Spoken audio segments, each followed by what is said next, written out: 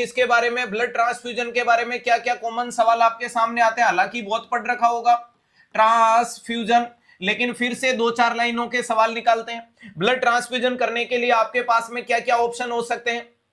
पहली बात तो इमरजेंसी में इसके लिए प्यारे दोस्तों आपको ग्रीन कलर का कैनुला काम में लेना है। ग्रीन कलर का कैनुला काम में लिया जाता है, जो कैनुला कितने गोज का होता है, 18 गोज का कैनुला होता है, ठीक है। ब्लड ट्रांसफ्यूजन करने से पहले 2 रजिस्टर्ड नर्स 3 टाइम चेक करेगी, 3 टाइम उसको रीचेक करने की कोशिश करेगी ताकि कोई गलत नहीं हो। यानी मरीज का नाम है, ब्लड ग्रुप है, एमआरडी वगैरह, ये सारी चीजें बढ़िया तरीके से रजिस्टर्ड नर्स का मतलब जो जीएनएम है, जो बीएससी एमएससी पीएचडी है। ध्यान रखिएगा ANM is not a registered nurse. तो क्या एनएम में खून चढ़ा सकती है, नहीं चढ़ा सकती। तो 2 रजिस्टर्ड नर्स, नहीं लाइसेंस प्रैक्टिशनर नर्स से चेक करवाना है और नहीं अनलाइसेंस असिस्टेंट पर्सनल से करवाना है। अनलाइसेंस असिस्टेंट पर्सनल का मतलब नर्सिंग स्टूडेंट, ठीक है, और लाइसेंस प्रैक्टिशनर नर्स का मतलब एनएम और उन दोनों से चेक नहीं करवाना है। नेक्स्ट अपन ने बोल दिया इनसे 3 टाइम आप चेक करवाओगे, जैसे क्लियर हो गया, ठीक है। अब आपको क्या करना है, ग्रीन कलर का न्यू कैनुला काम में लिया जाता है, न्यू कैनुला काम में लिया जाता है ताकि कोई प्रॉब्लम्स नहीं हो, ठीक है। इसके बाद में आपको क्या करना है, ब्लड ट्रांसफ्यूजन कितने समय में करना है। अगर मैं आपको पूछूं ब्लड ट्रांसफ्यूजन कंप्लीटेड, अगर कंप्लीटेड कितने समय में करना है, तो 2 से 6 घंटे में कर सकते हो। अरे 2 से 6 घंटे में आपको इसको खत्म करना है। ऑन एंड एवरेज 4 घंटे जवाब दिया जाता है कि एक ब्लड ट्रांसफ्यूजन में 4 घंटे का समय लगता है, ठीक है। इनिशियल 15 मिनट के लिए, शुरुआती 15 मिनट के लिए, इनिशियली 15 मिनट के लिए आप कितना चढ़ाओगे, तो याद रखिएगा 10 to 15 ड्रॉप्स पर मिनट। ध्यान रखिएगा वेरी इंपॉर्टेंट चीज है कि 1 मिनट में 10 से 15 बूंदी चढ़ाना है। इस हिसाब की रफ्तार से चलाओगे शुरुआत 15 मिनट, और यहां मरीज को क्लोज मॉनिटर किया जाता है। क्लोज मॉनिटर किया जाता है किसके लिए, ट्रांसफ्यूजन रिएक्शन के लिए। जैसे ही आपने मुझे ट्रांसफ्यूजन चढ़ाया, ध्यान रखिएगा, जैसे ही आपने मुझे ब्लड ट्रांसफ्यूजन किया, अगर वो ब्लड मेरे है आरएच इनकॉम्पेटिबिलिटी है, एबीओ इनकॉम्पेटिबिलिटी है, तो चढ़ाती रिएक्शन हो जाएगी। तो शुरुआती 15 मिनट में पास में टकटकी लगा के नजर को अच्छे तरीके से चेक कर लेना। उसके बाद में इसकी स्पीड क्या होती है, 30 ड्रॉप। अरे उसके बाद क्या होना चाहिए, देन स्पीड। अरे उसके बाद स्पीड कितनी हो जाएगी, तो याद रखिएगा 30 ड्रॉप्स पर मिनट के अनुसार चढ़ाना है, जिसको आपको 2 से 6 घंटे में, ऑन एंड एवरेज 4 घंटे में खत्म करना है, ठीक है। नेक्स्ट इंपॉर्टेंट चीज है कि ब्लड ट्रांसफ्यूजन वाले मरीज में आपको एक नॉर्मल सलाइन 0.9% हैंग करके रखनी है कि अगर मरीज को रिएक्शन हो गई तो एनएस चलाएंगे, आरएल नहीं चलाएंगे, डी5 नहीं चलाएंगे। अगर आपने आरएल और डी5 वगैरह चला दिया तो वो मरीज के अंदर क्या करवा सकता है, हिमोलाइसिस करवा सकता है, ठीक है। अगला इंपॉर्टेंट सवाल आपके सामने आता है कि अगर मरीज में रिएक्शन हुई, अगर ध्यान रखिएगा आपके मरीज में रिएक्शन हुई, आपके मरीज 2 प्रकार के, एक है कॉन्शियस, एक तो है कॉन्शियस और दूसरा कौन सा है, अनकॉन्शियस देखने को मिलता है। अगर मैं बात करूं कि आपका मरीज दोस्तों कॉन्शियस है, कॉन्शियस का मतलब सचेत है, तो उसमें क्या होगा सर, उसमें होगा हेडेक देखने को मिलेगा। अरे हेडेक के अलावा उसमें क्या होगा, चिल्स होगा। अरे चिल्स होगा, इसके अलावा क्या देखने को मिलता है, अल्टर्ड लेवल ऑफ कॉन्शियसनेस देखने को मिलता है। इसके अलावा ईचिंग देखने को मिलती है, बॉडी के ऊपर रैशेज बन जाएंगे। अरे क्या बन जाएंगे, बॉडी के ऊपर रैशेज बन जाएंगे। अगर इसके अलावा डिज्निया देखने को मिलता है, इसके अलावा डिज्निया देखने को मिले। अगर सचेत इंसान है और ये लक्षण आई तो समझ लेना ट्रांसफ्यूजन रिएक्शन है। ध्यान रखिएगा सचेत व्यक्ति और इस प्रकार की चीज आ गई तो समझ लेना ट्रांसफ्यूजन रिएक्शन है। लेकिन अगर अनकॉन्शियस है तो यहां क्या देखने को मिलते हैं, वाइटल एब्नॉर्मल मिलेंगे। वाइटल एब्नॉर्मल का मतलब मरीज का बीपी गिरेगा, वाइटल एब्नॉर्मल का मतलब हार्ट रेट में चेंज जाएगा, सैचुरेशन में चेंज जाएगा। चलो जैसे ही आपको मरीज में ट्रांसफ्यूजन रिएक्शन दिखी, नर्स का पहला काम क्या होना चाहिए, स्टॉप करो। अरे स्टॉप करने के बाद में क्या करो, स्टार्ट करना है क्या, स्टार्ट आईवी नॉर्मल सलाइन 0.9%। अरे किसके लिए, टू फ्लशिंग। अरे टू फ्लशिंग या बोल सकते हो पेटेंसी ऑफ आईवी लाइन। ध्यान रखिएगा उस आईवी लाइन की पेटेंसी को मेंटेन करने के लिए आपको नॉर्मल सलाइन 0.9% देनी है। कम से कम 50 ml, मैक्सिमम 500 ml दे सकते हो। इसके साथ में रेगुलर आपको वाइटल साइन चेक करने हैं, ठीक है। इसके अलावा आपको इन्फॉर्म करना है किसको, अरे inform to health, inform to primary health care provider.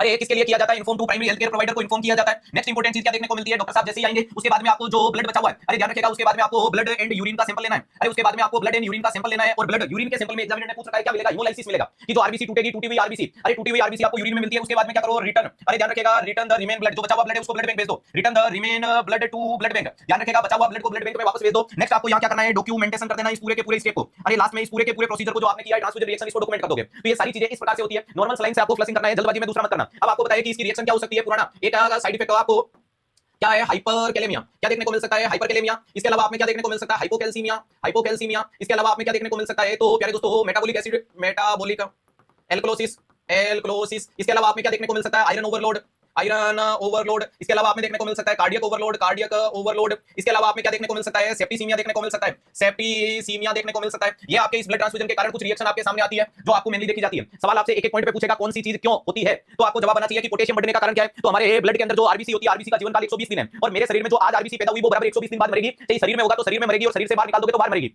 अगर वो आरबीसी मेरे शरीर में मरती है तो मेरी बॉडी में मैकेनिज्म होता है, हिमोलाइसिस के बाद में बिलिरुबिन, बिलिरुबिन बनता है, यूरिक बिलिरुबिन निश्चित को बिलिरुबिन में बाहर निकल जाता है और मुझे कोई तकलीफ नहीं होती है। यानी मेरे बॉडी में बिलिरुबिन नाम का वेस्ट प्रोडक्ट जनरेट होता रहता है। लेकिन अगर ये मैंने ब्लड डोनेट कर दिया और उस बीटी की बैग के अंदर हिमोलाइसिस हुआ या उसके अंदर आरबीसी मरी तो वो आरबीसी वही रहेगी। हां, और जब वहां सेलुलर डिस्ट्रक्शन होता है, और सेलुलर डिस्ट्रक्शन होता है तो इंट्रासेलुलर फ्लूइड का नाम क्या है, मोस्ट कॉमन कैटाइन। तो आपका जवाब है पोटेशियम। तो प्यारे दोस्तों उस मरीज में पोटेशियम बढ़ेगा या नहीं बढ़ेगा, बढ़ेगा। तो याद रखिएगा ये किसके कारण होता है, तो आपका जवाब आता है ड्यू टू ओल्ड ब्लड। अरे पुराने खून के कारण ये देखने को मिलता है, इसके कारण देखने को मिलता है, पुराने खून के कारण ये देखने को मिलता है। और वेरी इंपॉर्टेंट चीज है कि इसीलिए रीनल फेलियर जैसे मरीजों को कभी पुराना खून नहीं चढ़ाया जाता है। दूसरे नंबर पे हाइपोकैल्सीमिया। तो हमारा ब्लड में एक प्रिजर्वेटिव है जिसका नाम है सिट्रेट, और ये सिट्रेट होता है वो कैल्शियम के साथ बाइंड होता है क्योंकि वो एंटी कैल्शियम एक्टिविटी दिखाता है। तो ये किसके कारण होता है, due to citrate, due to citrate. और प्यारे दोस्तों ये जो आपका सिट्रेट नाम का एंटीकोएगुलेंट होता है, हमारी बॉडी में जाकर के कैल्शियम को बाइंड कर लेगा और किडनी के माध्यम से यूरिन में बाहर निकल जाएगा, जिसके कारण हाइपोकैल्सीमिया। तो वो व्यक्ति जिनमें आप मल्टीपल ब्लड ट्रांसफ्यूजन करते हो, मैसिव नहीं मल्टीपल ब्लड ट्रांसफ्यूजन करते हो, उनको कैल्शियम दिया जाता है, चलेगा। इसके अलावा एक्सचेंज ऑफ ब्लड ट्रांसफ्यूजन आपको पता होगा कि जॉन्डिस वाले बच्चों में अपन खून चेक करते रहते हैं, अरे खून बदलते रहते हैं, तो उनको भी अपन 50 ml के बाद क्या देते हैं, 0.5 कैल्शियम देते रहते हैं। अगले नंबर पे लिखा मेटाबॉलिक एल्कलोसिस किसके कारण होता है, तो अगर आपने मरीज को क्या करने की कोशिश की, मैसिव ब्लड ट्रांसफ्यूजन। मैसिव का मतलब 1 घंटे में 4 यूनिट से ज्यादा, या फिर 10 घंटे में 10 यूनिट से ज्यादा 24 घंटे में। इसके कारण होता है, ये किसके कारण हो रहा है, due to massive blood transfusion.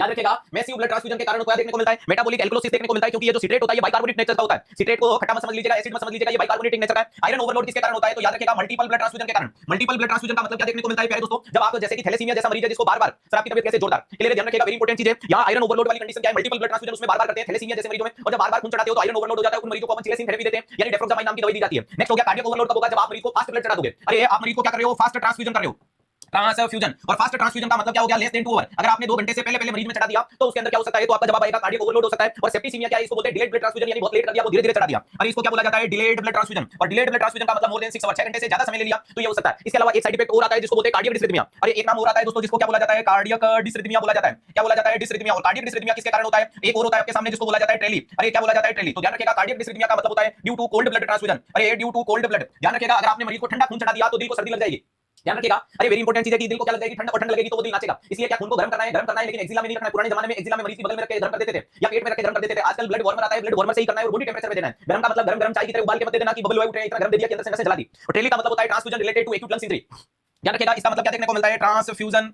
अरे इसका मतलब क्या है, transfusion related to acute lungs injury, acute lungs injury. ध्यान रखिएगा, वेरी इंपॉर्टेंट चीज क्या देखने को मिलती है कि आपके ट्रांसफ्यूजन के कारण लंग्स में इंजरी हो जाती है, जिसको ट्रेली बोलते हैं। अरे जिसको क्या बोला जाता है, ट्रेली बोला जाता है। ये मोटे-मोटे रूप में आपके सामने आ गया। मल्टीपल ब्लड ट्रांसफ्यूजन का मतलब बार-बार खून चढ़ाना, मैसिव ब्लड ट्रांसफ्यूजन वाली कंडीशन। ध्यान रखिएगा, वेरी इंपॉर्टेंट चीज है कि मैसिव ब्लड ट्रांसफ्यूजन के लिए अगर आपको बोला जाए कि सर मैसिव किसे बोला जाता है, मैसिव ब्लड ट्रांसफ्यूजन, तो आपका जवाब आएगा more than 4 unit per hour. एक घंटे में अगर आपने 4 यूनिट से ज्यादा चढ़ा दिया, और या फिर मोर देन 10 यूनिट पर 24 आवर्स, या 24 घंटे से ज्यादा चढ़ा दिया। ध्यान रखिएगा, वेरी इंपॉर्टेंट चीज है कि ये आपके सामने दो कंडीशंस आपके किसके लिए इंडिकेट होती है, मैसिव ब्लड ट्रांसफ्यूजन के लिए देखने को मिलती है। इसी के साथ बोलो समरिया सेठ की जय। क्लियर है, क्योंकि पढ़ेगा इंडिया तो बढ़ेगा इंडिया।